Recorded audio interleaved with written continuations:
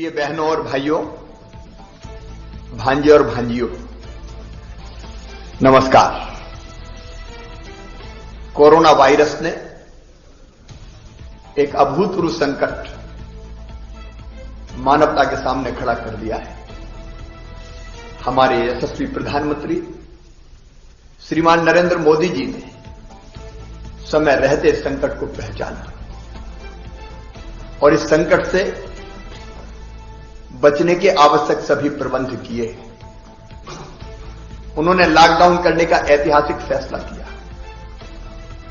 पिछले 3.5 महीने में हमने भी आपके साथ मिलकर कोरोना वायरस के नियंत्रण में कोई कसर नहीं छोड़ी। हर संभव उपाय किए। लॉकडाउन का बेहतर पालन हुआ। इसलिए वायरस का संक्रमण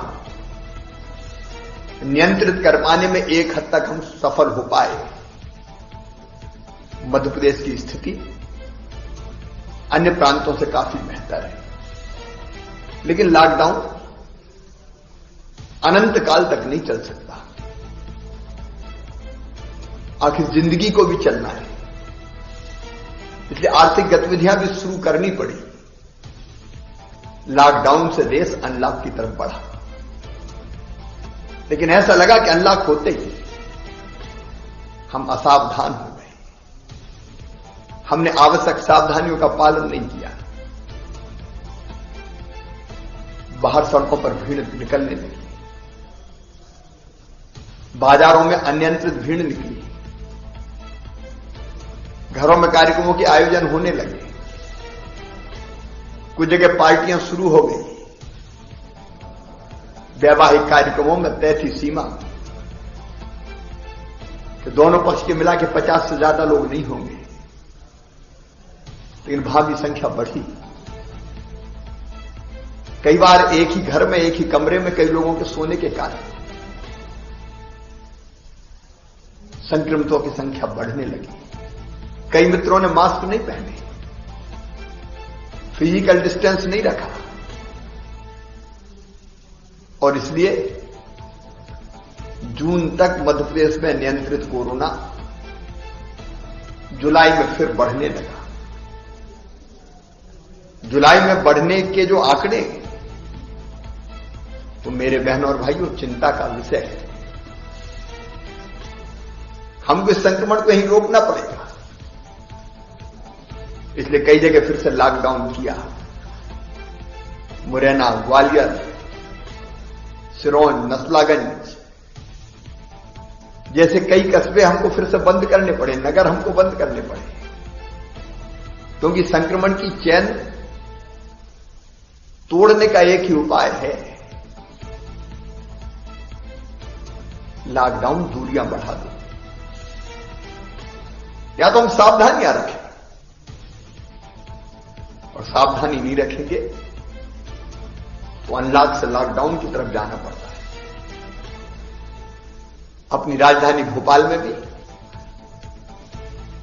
24 जुलाई को रात 8 बजे से लेकर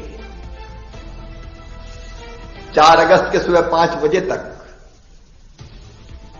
लॉकडाउन का फैसला किया गया है। यह फैसला जनता की जिंदगी बचाने का फैसला है। लॉकडाउन के दौरान दूध, दवाइयां, सब्जी इत्यादि की व्यवस्था की जाती रहेगी।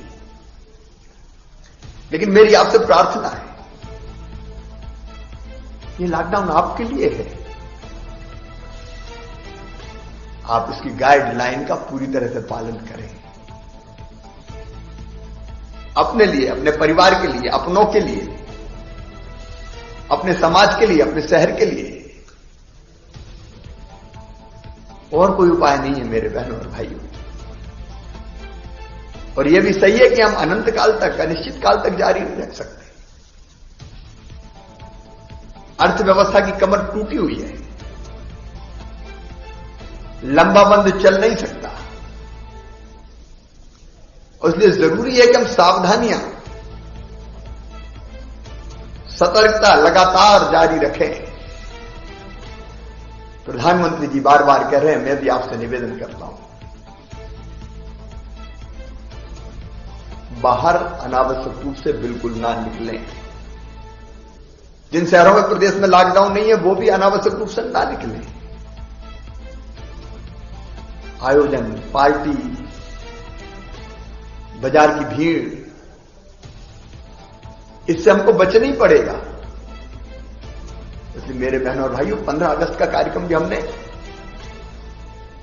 सब जिलों में करना समारोह पूर्वक निरस्त कर दिया है। इस बार मंत्री हर जिले में नहीं जाएंगे। लाल परेड पर सीमित संख्या में ध्वजारोहण होगा, मंत्री भी सब यहीं रहेंगे। बाकी सब जगह कार्यालयों में बिना ज्यादा संख्या के ध्वजारोहण का कार्यक्रम संपन्न होगा। हम गणेश उत्सव नहीं कर रहे हैं चौराहों पर, सड़कों पे समारोह पूर्वक। ताजिए ना निकले, बाकी धार्मिक उत्सव भी ना हो, घरों में करें। स्वतंत्रता है, आजादी है, लेकिन बाहर नहीं, क्योंकि इसके बिना हम इस संक्रमण को रोक नहीं पाएंगे और एक सीमा से ज्यादा हो गया कि भारी नुकसान करेगा। इसलिए मैं एक बार फिर प्रार्थना करता हूं, कहीं भी अनावश्यक नहीं निकले। लॉकडाउन जहां है वहां तो निकलना ही नहीं है, जहां नहीं है वहां भी भीड़ से बचें, फिजिकल डिस्टेंसिंग का पालन करें, साबुन से बार बार हाथ धोएं, फेस कवर, मास्क चेहरे पर लगाए रखें। सावधानी में ही सुरक्षा है, और ये सावधानी हमने रखी तो हम कोरोना के संक्रमण को रोक देंगे, कोरोना को पराजित कर देंगे। कोशिश करने वालों की कभी हार नहीं होती। इसी प्रार्थना के साथ सर्वे भवन्तु सुखिना, सर्वे सन्तु निरामया, सर्वे भद्राणि पश्यन्तु, मां कश्चित् दुर्भाग भवेत्। आप सब सुखी हो, आप सबका मंगल हो, आप सब निरोग रहें, आप सबका कल्याण हो, यही मंगल कामना है। बहुत बहुत